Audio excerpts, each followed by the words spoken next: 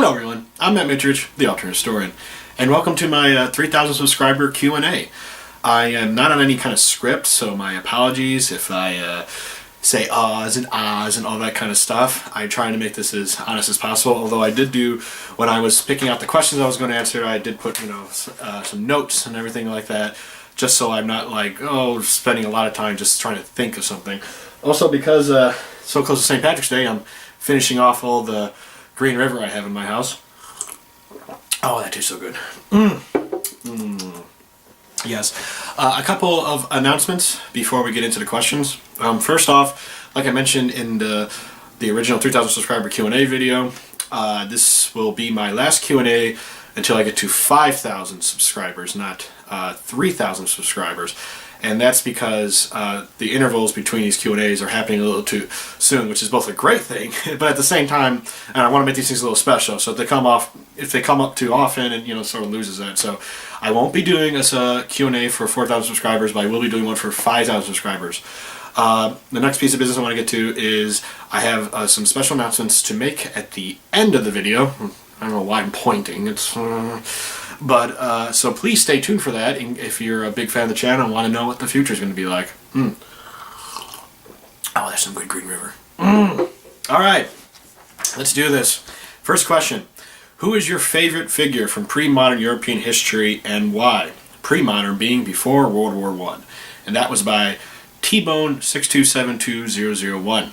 So my favorite figure from pre-modern European history would probably have to be Benjamin Disraeli.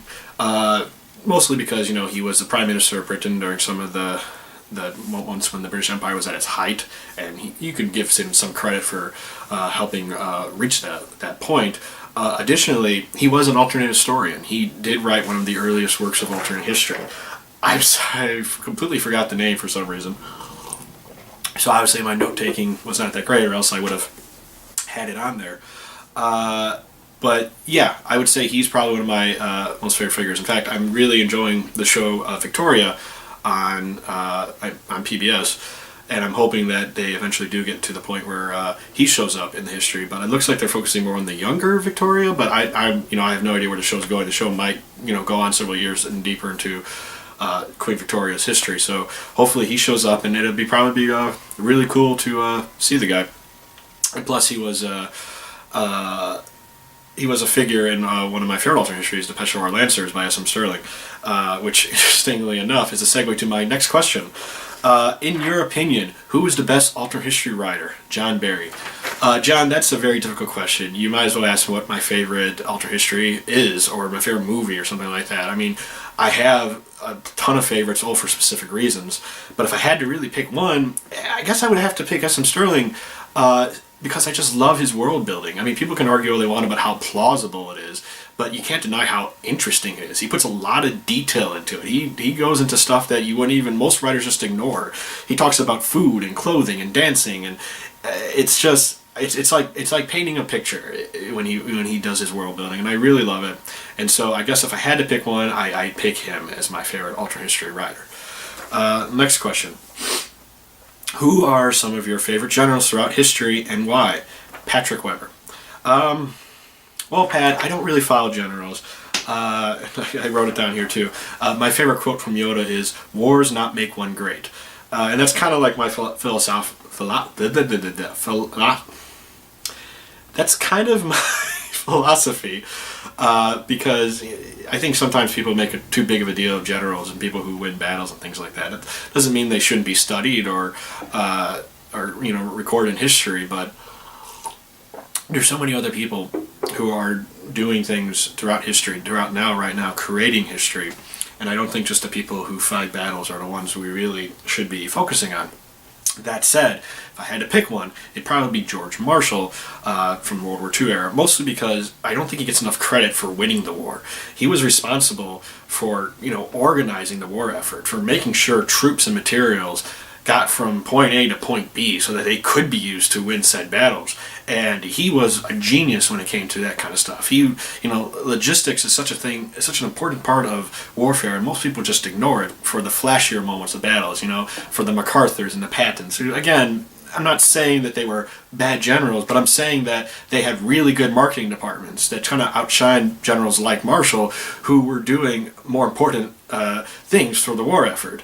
And on top of that, he just never stopped being a good leader. He went on later to be Secretary of Defense, Secretary of State, and he was really good at the job. I mean, the Marshall Plan, the plan to, you know, give aid to war-torn Europe to prevent, you know, communism from rising up in a lot of the Western democracies, probably helped win the Cold War before it even really started.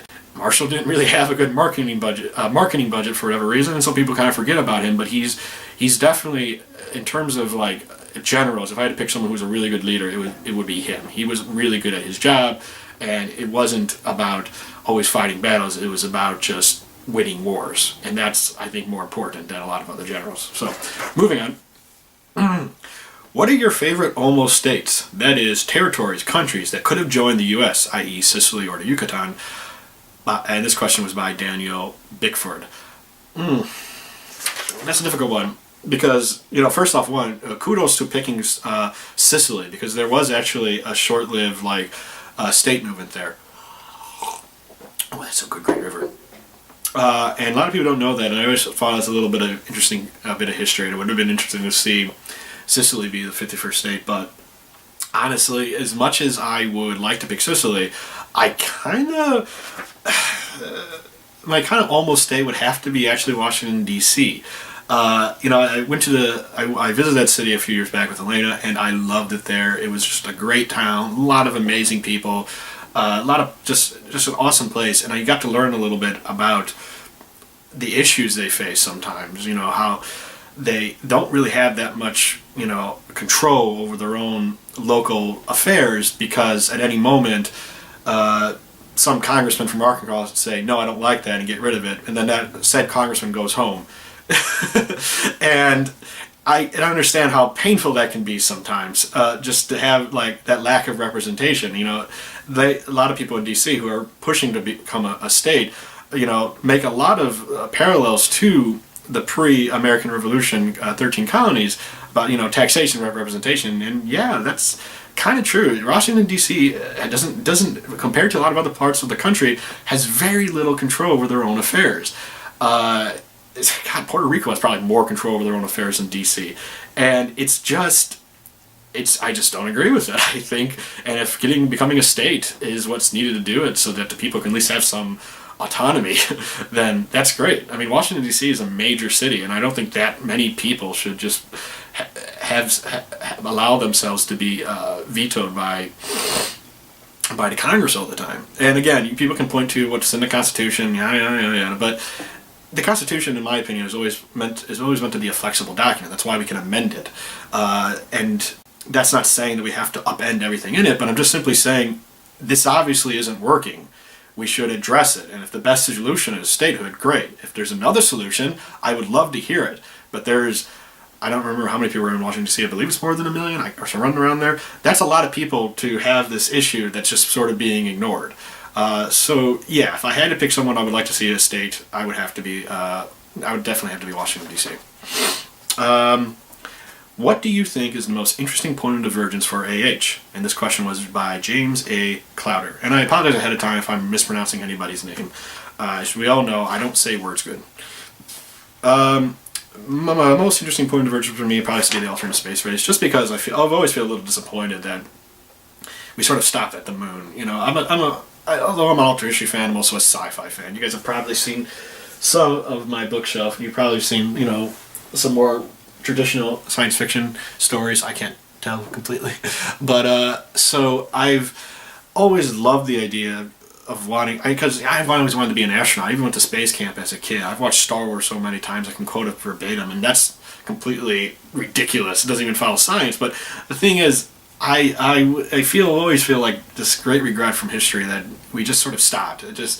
And I know there's always talk of doing things, and but it's just always talk. No one really wants to do it, and even, you know, private space flight. I'm not convinced of the way. It just seems to be like just so that people with really a lot of money to blow on just to do something crazy. But it's not really pushing us forward in any way. It's not really, you know, leading us to new scientific discoveries or to new milestones. It's just sort of publicity stunts, for lack of a better term. And you know what? Maybe a generation from now, or 2 generations, 5 generations, whatever, we might see some real practical space exploration and colonization.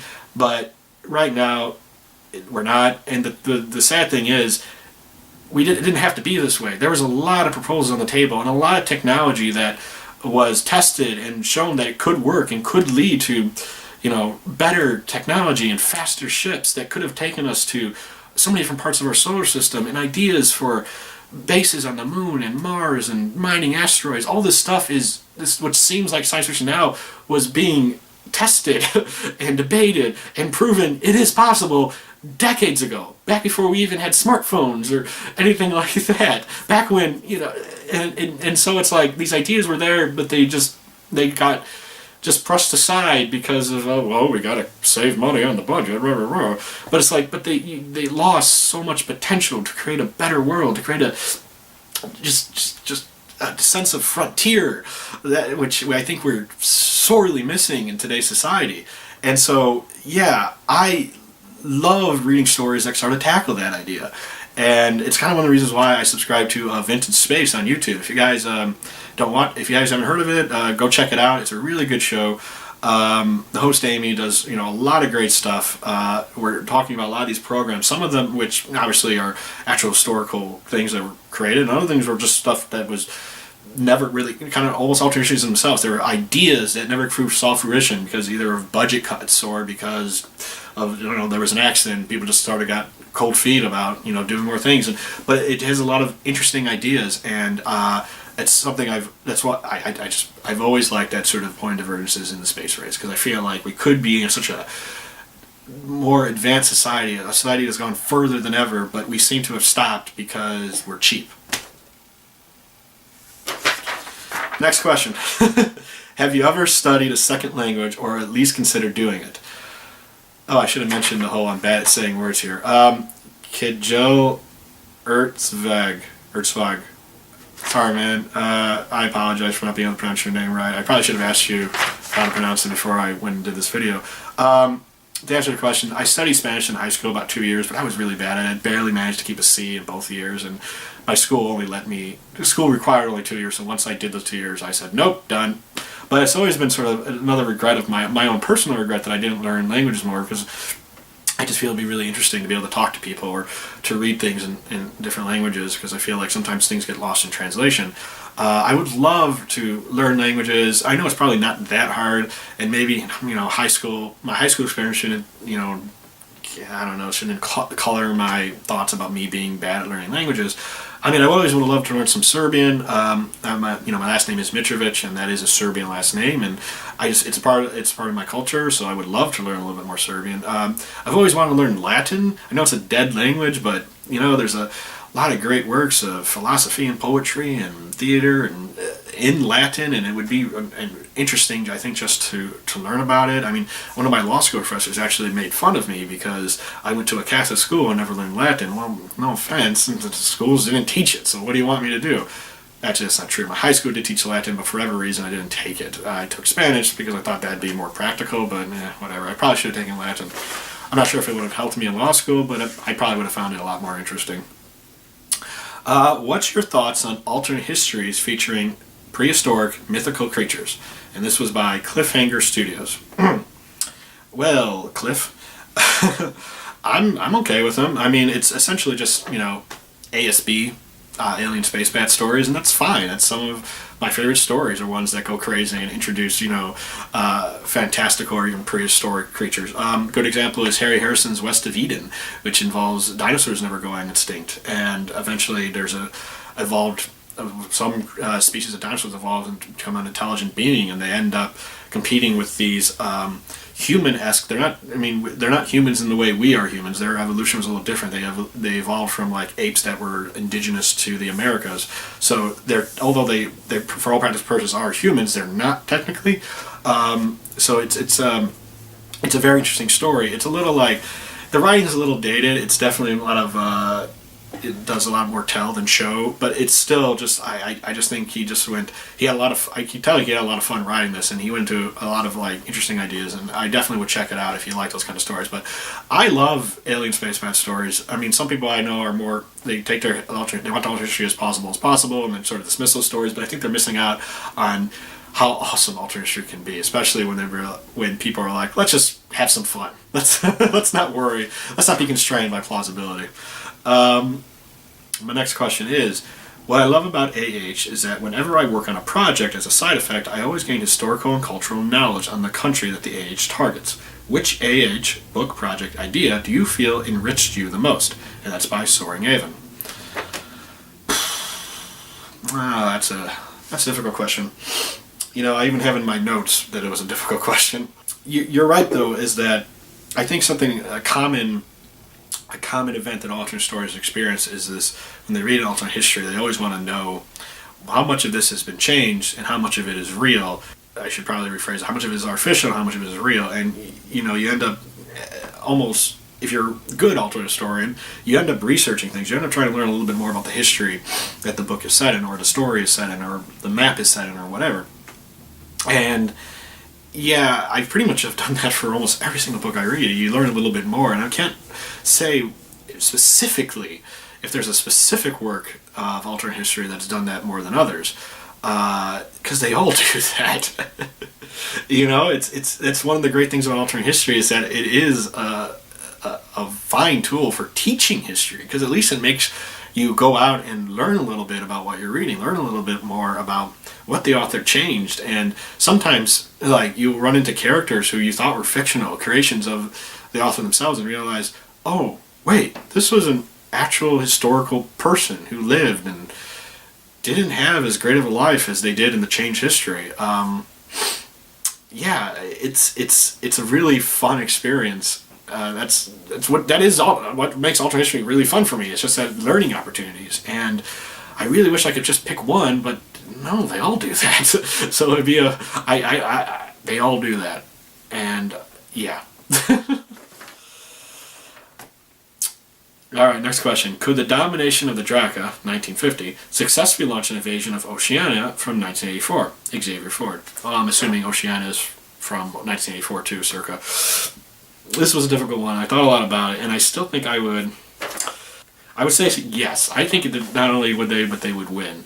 I think I talk a lot about this in my domination of the Draca plausibility review.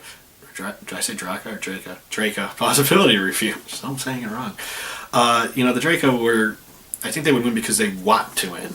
You know, and at the same time, Oceania, you know, they strongly imply that the war between the three superpowers, let's just assume that what we know about the world, that there's three superpowers locked in eternal combat, is what is true, and not that it's just a North Korea-esque Britain.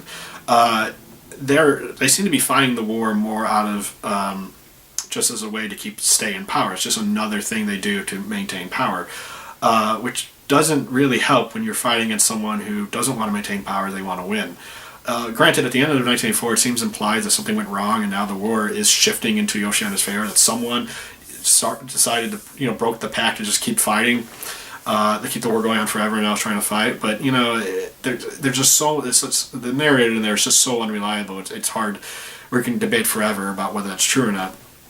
But the thing is, I think the Draco would win, and there's also if you look at it, like if the Draco are just sort of like Iosotied to the 1984 universe, they pretty much would wipe out Eurasia and most of East Asia, but leave pretty much Oceania intact, except for Southern Africa, which would obviously go to the Draco. So you pretty much have the Alliance for Democracy versus the Draco. I should put my hands higher so you can see it. And I'm not sure about the tech level, but I would have to assume that 1950s Draco are pretty close to what the Oceania is in 1984, simply because it doesn't seem like technology is that advanced. They got rockets, sure, but it doesn't seem like there's ever mention of spaceflight.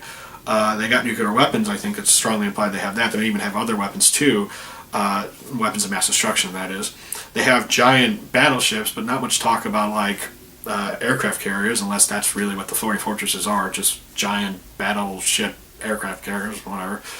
there's not too much talk about aircraft, and I could be wrong, but the Oceania doesn't seem to be much in the way of like technological innovations. And while the Draca obviously don't have much of a edge in science until they do,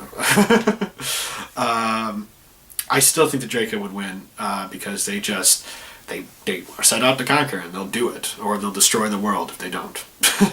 So yeah, I definitely think the Draca, just by sheer willpower alone, would beat Oceania. This is the last question. When will our hangout happen? Step Back History.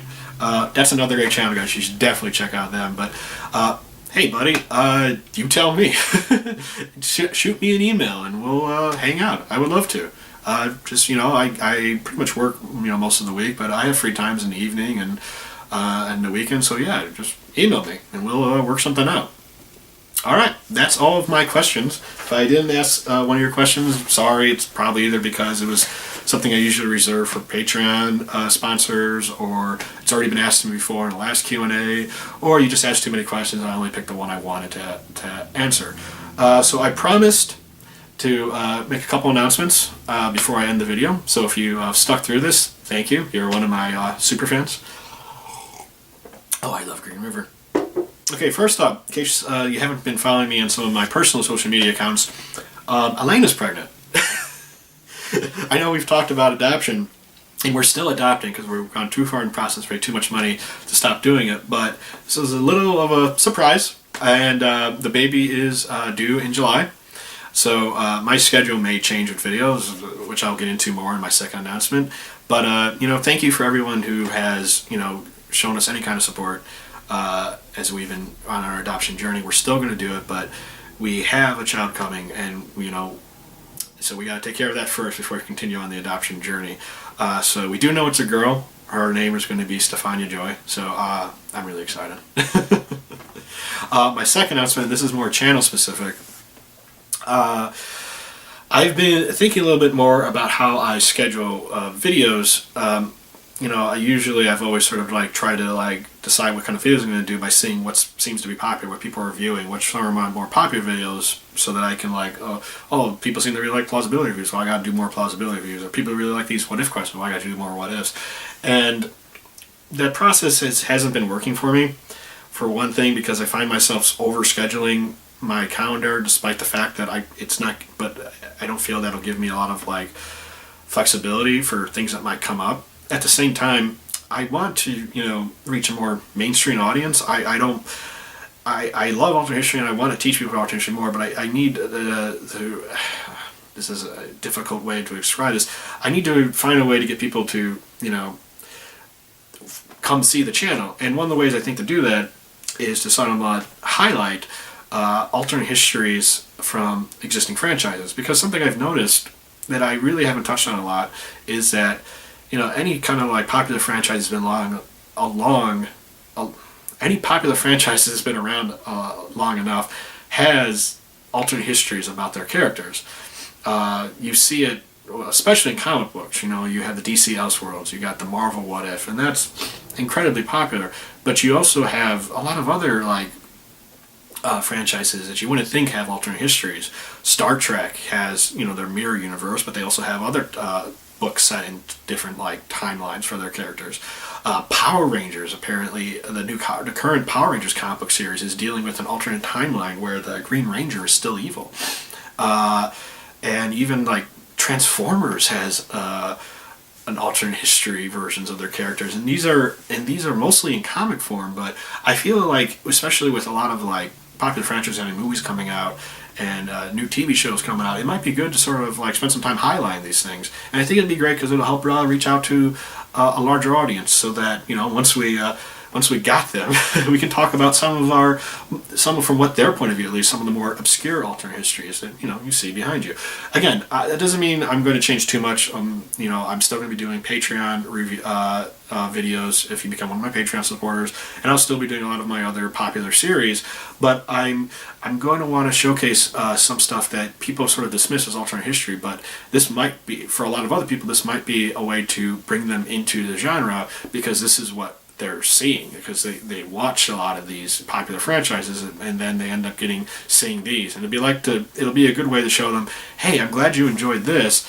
I enjoyed it too, but you should really check out this. And I think that'll be great for the channel and help really spread what's cool about alternate history. So okay, I'm done rambling. Thank you guys for all my subscribers. It's really awesome you guys are sticking with me. I'll do another one of these Q&As when I hit 5,000 subscribers, so I'm really excited about that. And I'm really excited about some of the new videos I got coming down the pipeline for you. Probably you'll start seeing a few of them in May. I'll probably also be taking a week off next week, no video, just simply because I need to take a break. I'm going on a kind of call it a vacation if you want, but once I come back, I'll go back hopefully to a weekly schedule as best as I can manage. So with that said, if you like what I do, please comment, subscribe, share this video, or support me on Patreon. I'm Matt Mitchridge, the Alternate Historian. Bye.